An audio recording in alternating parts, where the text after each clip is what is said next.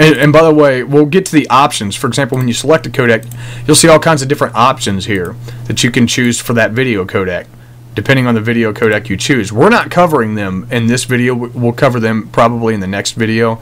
I don't know how I'm going to split it up as to which parts I'm going to cover in which video yet. I'm kind of just winging this.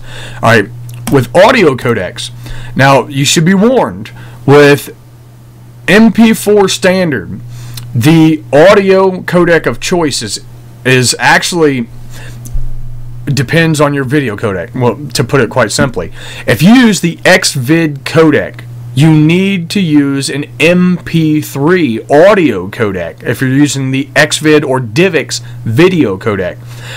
For some reason, most media players cannot play AAC audio codec, which is AAC stands for Advanced Audio Codec. It's the successor to MP3. It's a better codec than MP3, but it's not so widely supported. Anyway, XVID or DivX video codecs do not play the audio. If it's AAC audio, will not play. I don't know why. But if you're using 264 codec, then you need to be using the AAC audio codec with the X264 video codec. So remember, if you have DivX or XVID video codec, you have to have the MP3 audio codec. If you have an X264 video codec, you need to be using the AAC audio codec. The rest of the audio codecs we're not going to cover also. We're briefly going to cover MP3 when we cover XVID, but we're going to cover AAC with X264 in great detail. Now this other one, MP2. MP2 was the audio codec used in DVDs. And it's actually the only audio codec you can use with an MPEG file. Now, I'm sure you can force another audio codec into an MPEG file, but it's not going to be a correct file. And most MPEG players, like DVD players that can play MPEG files, they won't play it if the audio codec's not correct. And with MP2, it has a requirement. It has to have a sample rate of 48,000 kilohertz. And that's old and outdated. It's just not a very good codec. It was in its time, but its time's gone and past. All right. Now, once you pick your audio and your video codec, you pick your settings for each of them, and then you pick your format. Now, if you're using AVID Mux, I would not use the MKV wrapper. Even though I'm telling you MKV is better than AVI, I would not use MKV wrapper. The reason is Linux has many different codecs and many different implementations of different codecs. One of them is the library audio video codec, which is called LAVC, and you'll see it here in the MPEG-4 LAVC, and then right here in the audio under MP2 LAVC. The LibAV codec, or library AV codec, whatever you want to call it, is actually a general library that contains that project's own implementations of these different standards. The problem is the LibAV codec's muxer doesn't mux well with MKVs, MP4s, things like that. The muxer doesn't work too well, and I've had a lot of problems out of the video codecs used with the LibAV library and the audio codec. So I never use any option that's LibAV if there is one. So when you're using AVID Mux, save everything to an AVI. Like I said, AVI is not good. AVI is not very, it's outdated. It's got limitations. But you can mux it into MKV merge after you get a completed AVI file. You can just drag it and drop it over in MKV merge and mux it out as an MKV. And after you set all your options. And again, we'll cover that in the 4th video.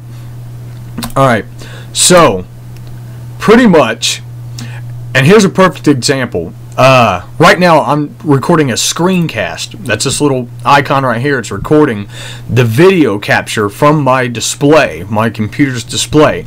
This is only a video stream. All you're going to see is picture information when this is done. In another window, I'm recording the audio that I'm recording audio at the same time. Now, this is a visual example of how video is put together when you play a video file, no matter where you get it from. You have an audio stream, which when this stream is done, when I'm done recording this video, I'm going to hit stop, and then I'm going to hit File and Export, and then I have to choose a format to export to. Now, because I have to transcode my video to an X264 AAC format, it doesn't really matter, but I usually encode this into MP3 instead of WAV because the I've had a couple problems with the WAV files coming out of Audacity. Anyway, so the audio is independent of the video. You take the audio track when you're finished and you save it to your desktop or to a folder or whatever, and then when you're finished with the video, you hit stop, you save the video, then you mux them together into a container. Like in my case, I mux them together in an MKV file and then transcode the whole thing. And what that does is it takes, and it, like I said before, it puts the audio track and the video track together. The video track in this case uses OGG format, and the audio track uses WAV or MP3. The codecs are independent of each other. It does not matter. Even if it's not matched up to a standard, they can have any damn codec you choose. It just means that it probably won't adhere to any standards unless you encode it correctly. But anyway, after you encode it, or after you save it to your proper codecs and mux it together into a container like an MKV container or an AVI container, then you can transcode it to be any codecs you want and to any standard you want so that it can play with certain standard compliant devices. Now, that's pretty much the basics of video. Now, to find out if you have a file and you'd like to find out what type of video and audio stream is in that file, you can always tell what the container is by the extension. If it's an AVI extension, it's an audio video interleaved file, which means that's the type of container it uses to display and relay information about the video and audio stream and codecs contained in that file. Again, the container does not signify audio and video codec streams. And MKV files, Matroska, MPEG is the Motion Pictures Experts Group, FLV is Flash Video, and MP4 is just a generic MPEG 4 standard container. And then you got Move, which is QuickTime Movies. Alright, we're not going to list them all. Anyway, to find out what's inside of a video file, there's two ways to go about it. You could type FFmpeg, all one word, and then space -I for input, and then space, and then just drag a file into the terminal, hit enter. Now, of course, you didn't tell it what to do with that file, so it's not gonna do anything. It's just gonna spit out what information it found about the file.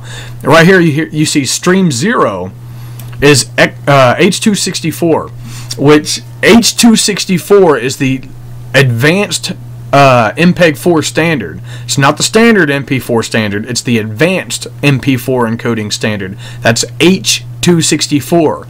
X264 is the codec that you use to encode according to that standard, but H264 is actually the name of the standard.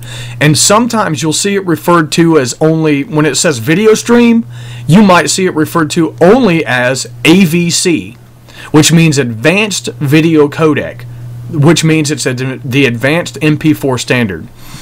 Now, audio, here you see AAC, which is the Advanced Audio Codec, which is the successor to the MP3 codec. Now, sometimes you will see that referred to as MP4A, which means the MP4 standard's audio, standard audio format, which is AAC. Now, this is just the stream information you see with FFmpeg.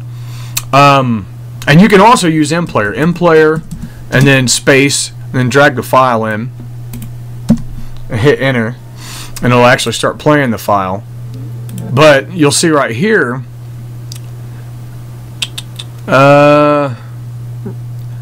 selected video codec, FFmpeg H264, and audio codec. Where is it? Selected audio codec, FAAD, which is free advanced audio decoder, and then right here AAC. So mplayer is not as verbose as FFmpeg when it comes to telling you what the streams are composed of. The third way of going about it is by right-clicking on the file and opening it with VLC, unless that's set as your default anyway.